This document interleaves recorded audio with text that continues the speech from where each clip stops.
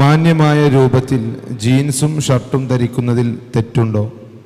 മുഖവും മുൻകൈയും ഒഴികെയുള്ള ഭാഗങ്ങൾ മറഞ്ഞാൽ പോരെ? ഇതിനോട് കൂടെ തന്നെ ഒരു ചോദ്യം കൂടിയുണ്ട്. I want become a model of tattooist but I respect my religion, so what should I do? ഈ രണ്ട് ചോദ്യങ്ങൾക്കും ഉത്തരം നൽകുന്നത് ബഹുമാനപ്പെട്ട ടി.കെ. അഷ്റഫ് കെയാണ്. അദ്ദേഹത്തെ ക്ഷണിക്കുന്നു. അസ്സലാമു അലൈക്കും. അൽഹംദുലില്ലാഹി വസ്സലാത്തു വസ്സലാമു അലാ റസൂലില്ലാഹി വഅലാ ആലിഹി വസഹ്ബിഹി അജ്മഈൻ. അമ്മാ ബഅദ്. ഇവിടെ ചോദിച്ചുകൊണ്ടിരിക്കുന്ന ചോദ്യങ്ങൾക്കൊക്കെ ചോദ്യങ്ങൾ പലതാണെങ്കിലും ഉത്തരം ഏകദേശമൊക്കെ ഒന്നായിരിക്കും. അതിൽ നേരത്തെ ആരിസ് മൗലവി ഇവിടെ വിശദീകരിച്ച ആ ഭാഗം, അതായത് പെൺകുട്ടികളെ സംബന്ധിച്ചിടത്തോളം അല്ലെങ്കിൽ സ്ത്രീയെ സംബന്ധിച്ചിടത്തോളം അവൾക്ക് സമൂഹത്തിൽ ഒരു സ്ഥാനം വേണ്ടതുപോലെ ഇല്ല, അവളെപ്പോഴും സംരക്ഷിക്കപ്പെടേണ്ടവളാണ് എന്നൊരു ബോധമുണ്ട് എന്നതിനെക്കുറിച്ചുള്ള ഉത്തരം ഇവിടെ പറയേണ്ടായി. അപ്പോൾ ആ ഉത്തരം കേൾക്കുമ്പോൾ സാധാരണ ആളുകൾ പറയാറുള്ളൊരു കാര്യം, ഈ പട്ടിക്ക് പിഴ ഉണ്ടെങ്കിൽ അതിനെ പിടിച്ച് കെട്ടിയിടല്ലേ വേണ്ടത്, അല്ലാതെ നാട്ടുകാരെ മുഴുവൻ ജയിലിലിടാൻ പറ്റുമെന്ന് ചോദിക്കുന്നു. അതായത് പെൺകുട്ടികൾക്ക് പ്രശ്നങ്ങളും പ്രയാസങ്ങളും പീഡനങ്ങളും ബുദ്ധിമുട്ടുകളൊക്കെ ഉണ്ടാവുമ്പോൾ അതിന് കാരണക്കാരെ ചികിത്സിക്കുകയാണ് വേണ്ടത്, അല്ലാതെ കുട്ടികളെ എന്ത് ചെയ്യാൻ പാടില്ല, അവരെ പൊതിഞ്ഞു കെട്ടി അവർക്ക് പ്രത്യേക വേഷം ധരിപ്പിച്ച് അവർക്ക് സുരക്ഷിതത്വം കൊടുത്ത് കൊണ്ടെടുക്കുകയല്ല വേണ്ടത് എന്ന് പറയാറുണ്ട്. അപ്പോൾ നമുക്കും തോന്നും ശരിയല്ലേ, പറഞ്ഞ മാതിരി ശരിയല്ലേ, ആരാണോ കുഴപ്പക്കാരൻ അവനല്ലേ കൈകാര്യം ചെയ്യേണ്ടത്, അല്ലാതെ നമ്മളെന്ത് പഴച്ചു എന്നുള്ളതാണ്. നമ്മളൊന്നും ശ്രദ്ധിക്കേണ്ടതില്ല ശരിക്കും എന്നുള്ളത് തന്നെയാണ് നമുക്കതിന് തോന്നുക. അവിടെ അതിന് മറിച്ച് നമ്മളെ ബുദ്ധി കൊണ്ടൊന്ന് ചിന്തിക്കണം ശരിക്ക്. ഞാൻ ഒരൊറ്റ എക്സാമ്പിൾ പറയാം. ഒരാൾ റോട്ടിലൂടെ യാത്ര ചെയ്യാൻ നടക്കുകയാണ്. അപ്പോൾ നടന്നു പോകുന്ന ആൾക്ക് കുറച്ച് നിർദ്ദേശങ്ങൾ കൊടുത്തു. എന്ത്, വലത് വശത്ത് കൂടി ചേർന്ന് നടക്കണം, വാഹനം വരുന്നത് ശ്രദ്ധിക്കണം, വണ്ടി തട്ടാൻ സാധ്യതയുണ്ട് എന്നൊക്കെ പറഞ്ഞപ്പോൾ അവൻ്റെ മറുപടി എന്താണെന്ന് വെച്ചാൽ, വണ്ടിയിൽ യാത്ര ചെയ്യുന്ന അല്ലെങ്കിൽ വണ്ടി ഓടിക്കുന്ന ആൾക്ക് ലൈസൻസ് ഇല്ലേ, അയാൾക്ക് നിയമം അറിയില്ലേ, അയാൾക്കറിയില്ലേ റോട്ടിൽ ഇന്ന ഭാഗത്തിൽ കൂടി ഓടിക്കാൻ പാടുള്ളൂ എന്നുള്ളത്? അപ്പോൾ അയാളല്ലേ ശ്രദ്ധിക്കണ്ടേ, നമ്മളെ ശ്രദ്ധിക്കണ്ടേ? അതുകൊണ്ട് ഞാനതൊന്നും ശ്രദ്ധിക്കൂല, ഞാൻ തോന്നിയ മാതിരി നടക്കുമെന്ന് പറഞ്ഞാൽ ആർക്ക് പോയി? അവനാന് പോയി. വണ്ടി തട്ടിയിട്ട് അരിച്ചാലിൽ കിടന്നിട്ട് പിന്നെന്ത് പറയാനാ? അവിടെ എന്താ കാര്യം? രണ്ടാളും നിയമം പാലിക്കണം എന്നതിൻ്റെ അർത്ഥം അല്ലേ? നമ്മളോട് പറഞ്ഞ പണി എന്താ?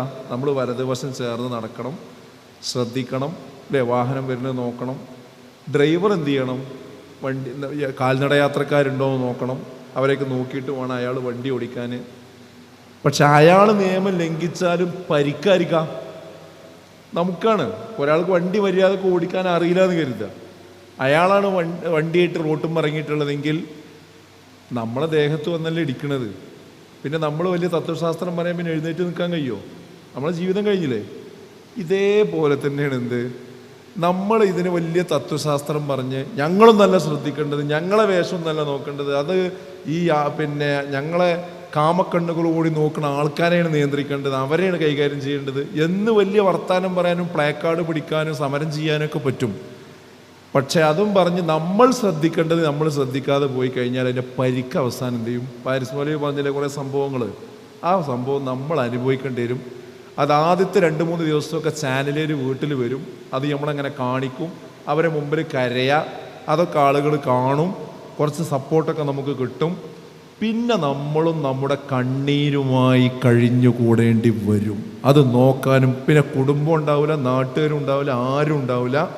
ഇനി നിങ്ങൾ ഗവേഷക വിദ്യാർത്ഥികളാണെങ്കിൽ നിങ്ങളൊന്ന് പിന്നെ ഇങ്ങനത്തെ കുറച്ച് ചരിത്രങ്ങളൊന്നും നിങ്ങൾ അന്വേഷണം ഞങ്ങളൊരു അസൈൻമെൻറ്റ് ഏൽപ്പിക്കുകയാണ്. ഇങ്ങനെ കുറേ വലിയ സ്വാതന്ത്ര്യവാദം പറഞ്ഞ് വന്ന കുറേ പെൺകുട്ടികൾ ഉണ്ടായിട്ടുണ്ട്. അവരൊക്കെ ഇന്ന് കേരളത്തിൽ ജീവിക്കുന്നുണ്ട്. അവരുടെ ജീവിതം എന്താണ്, അവരെങ്ങനെയാണ് മുന്നോട്ട് പോകുന്നത് എന്നൊക്കെ നിങ്ങളൊരു അസൈൻമെൻ്റായിട്ടൊരു പഠനം നടത്തി വയ്ക്കും. പല ആൾക്കാരും കണ്ണീരിലാണ്, പ്രയാസത്തിലാണ്, ബുദ്ധിമുട്ടിലാണ്. അപ്പോൾ നമ്മൾ അള്ളാഹു റസൂലും പറഞ്ഞോടത്ത് നിന്നാൽ നമുക്ക് ഈ ലോകത്തും സേഫാണ്, പരലോകത്തും സേഫാണ്. അപ്പോൾ അത് നമ്മൾ ശ്രദ്ധിക്കണം. ഇപ്പോൾ എന്നോട് ചോദിച്ചൊരു ചോദ്യം എന്താ വെച്ചാൽ, ഈ ജീൻസും അതുപോലുള്ള സാധനങ്ങളൊക്കെ ഇടുന്നതിനെന്താ കുഴപ്പം, മുഖവും മുൻകൈയും ഒഴിച്ച് ബാക്കിയൊക്കെ മറച്ചാൽ പോരെ എന്നതാണ്. എനിക്കതിൽ മറിച്ച് ചോദിക്കാനുള്ളത് എന്താ വെച്ചാൽ, ഇപ്പോഴത്തെ അവസ്ഥയിൽ നിങ്ങളെല്ലാം ഞാൻ പറയുന്നത്, പൊതുവേ നിങ്ങളെ പ്രായത്തിലുള്ള കുട്ടികൾ യഥാർത്ഥത്തിൽ ഇപ്പോൾ മുഖവും മുൻകൈയും ഒഴിച്ച് വൃത്തിയായിട്ട് മറക്കുന്നുണ്ടോ? ഇല്ലല്ലോ.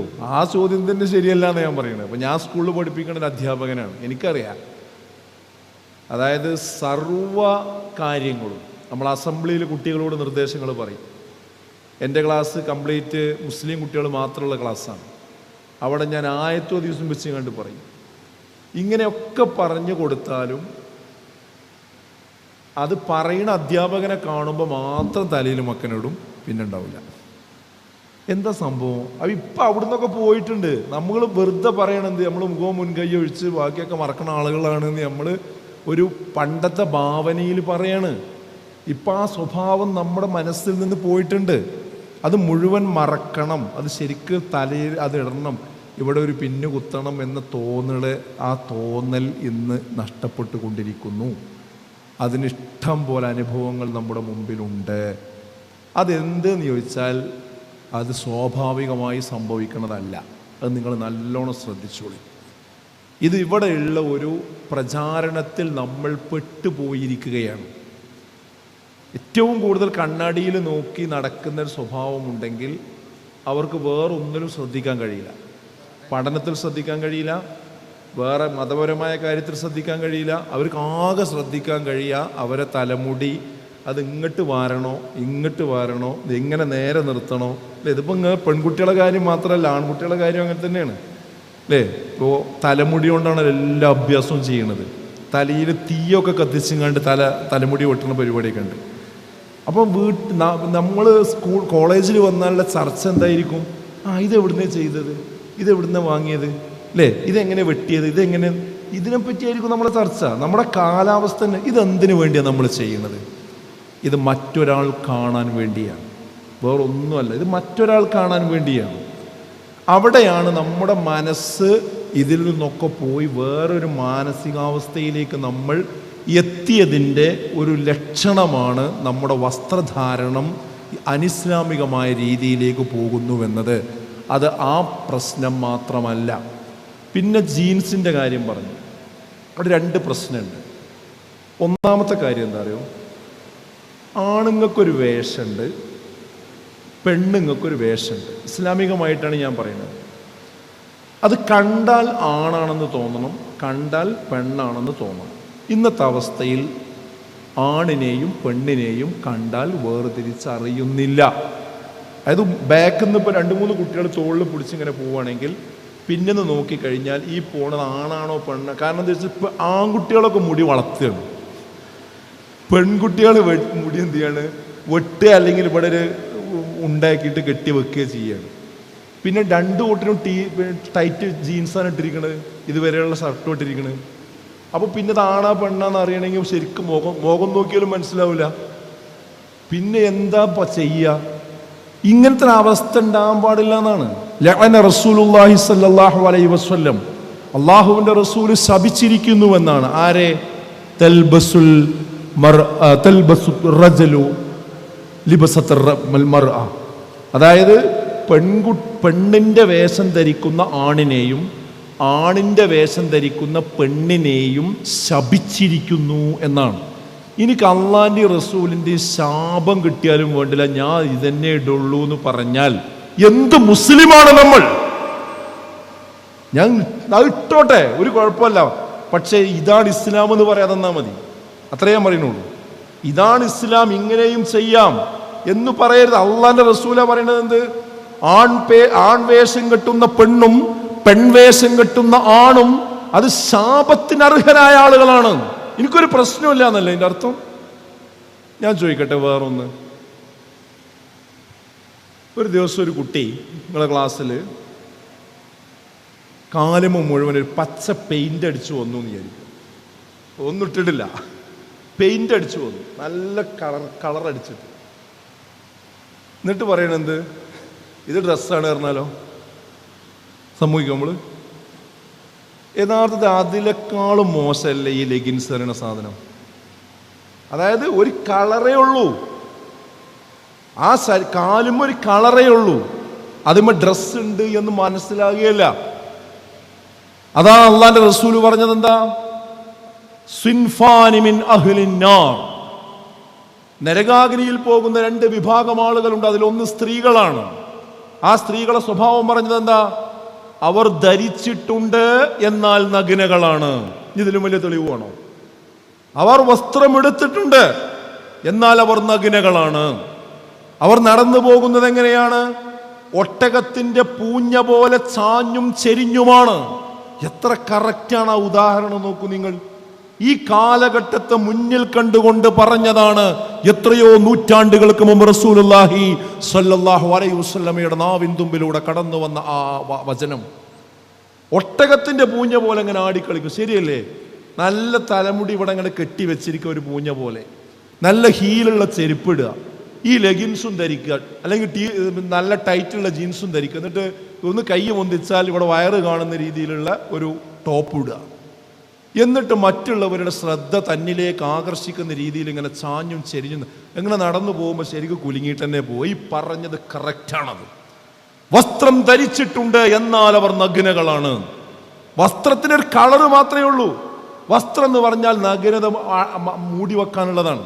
പക്ഷെ അത് മുഴുവൻ അതിലേറെ ആകർഷകമായി പുറത്തു കാണിക്കുന്ന അതിഫാഷൻ വസ്ത്രങ്ങൾ ധരിക്കുകയും എന്നിട്ട് ഞാൻ ഇട്ടത് ഹിജാബാണെന്ന് പറയുകയും ചെയ്യുന്നത് ഇസ്ലാമിനോട് ചെയ്യുന്ന ക്രൂരതയാണ് എന്ന് മാത്രമേ ഞാൻ പറയുന്നു. ഇതൊരിക്കലും മക്കളെ നിങ്ങളെ ഭാഗത്തുനിന്ന് ഉണ്ടാകരുത്. എന്തിനാ ടീം സ്പേസ്?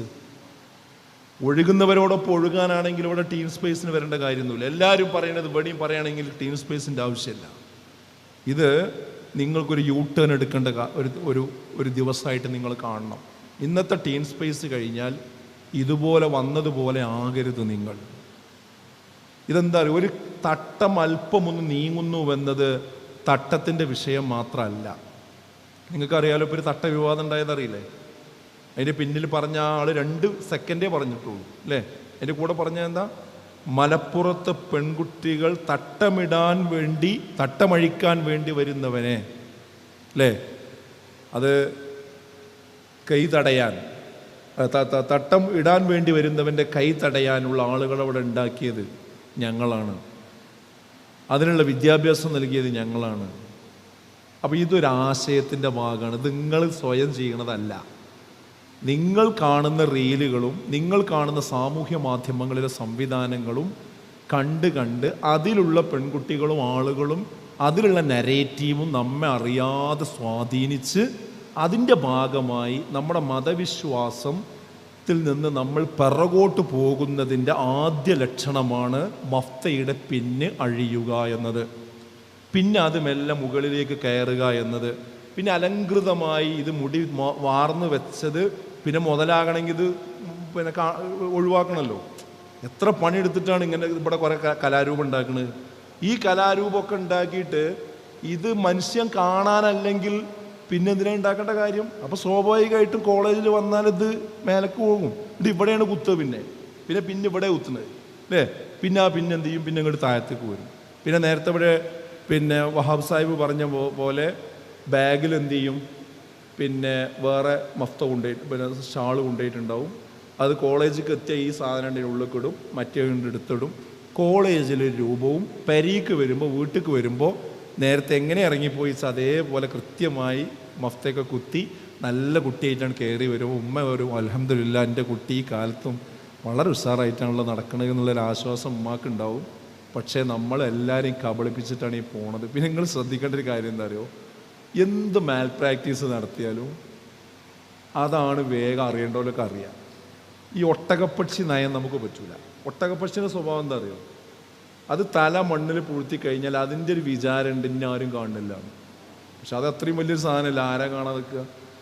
അതേപോലെ ഈ ജാതി സംഗതിയൊക്കെ ചെയ്യുന്ന ആളുകളെ വേഗം എല്ലാവർക്കും മനസ്സിലാവും. ഇത് നിങ്ങൾക്ക് വരാൻ പോണൊരു പ്രശ്നം കൂടി ഞാൻ പറഞ്ഞുതരാം. ഈ സ്വഭാവം, ഈ ഡബിൾ പിന്നെ ഇരട്ടമുഖം ഉണ്ടല്ലോ, ഇരട്ട നിലപാട്, ഈ നിലപാടുകൊണ്ട് പോണ ആളുകൾക്ക് കുറച്ച് കഴിഞ്ഞൊരു കല്യാണം വന്നു വിചാരിക്കുക. ഒരു വിവാഹം വന്നാൽ തന്നെ അതിനെക്കുറിച്ചൊരു അന്വേഷണം വരുമ്പോൾ കൂടെ പഠിച്ചവർ നിങ്ങളോടൊപ്പം ഇതിനൊക്കെ ബെല്ലടിച്ച് നിന്ന ആൾക്കാരുണ്ടല്ലോ, അവരെന്നെ വിളിച്ചിട്ട് പറയും, ആ ഓളും ഞാൻ ഒന്നിച്ച് പഠിച്ചതാണ്, ഓളെ കഥ നമുക്കറിയാം. നമ്മളെന്നെ പാരാകുക, കൂടെ പഠിച്ചോല പാരാകുക. അവൾ എൻ്റെ കോളേജിൽ പഠിച്ചത് എനിക്കറിയാം, നിങ്ങളാ കാണണമെന്നല്ല, അവൾ കോളേജിൽ വേറൊരു സാധനം എന്ന് പറയും. അതോടുകൂടി പിടുത്തം വിടും, എവിടെ ഒരു ഇതുണ്ടാവില്ല. പിന്നെ അവസാനം എന്താ വെച്ചാൽ അങ്ങനത്തെ ഒരു കൾച്ചറിലോടത്തെ നമുക്ക് പിന്നെ ജീവിക്കാൻ കഴിയുള്ളൂ. അതുകൊണ്ട് ഇത് ചെറിയ വിഷയമല്ല. ഡ്രസ്സ് എന്ന് പറയുന്നത് വെറും ഒരു കേവല ഡ്രസ്സല്ല, അത് നമ്മുടെ മനോഭാവത്തിൻ്റെ കൂടി ഭാഗമാണ്. ആ നിലക്ക് അതിനെ കണ്ടുകൊണ്ട് മുന്നോട്ട് പോകണം എന്നാണ് സൂചിപ്പിക്കാൻ.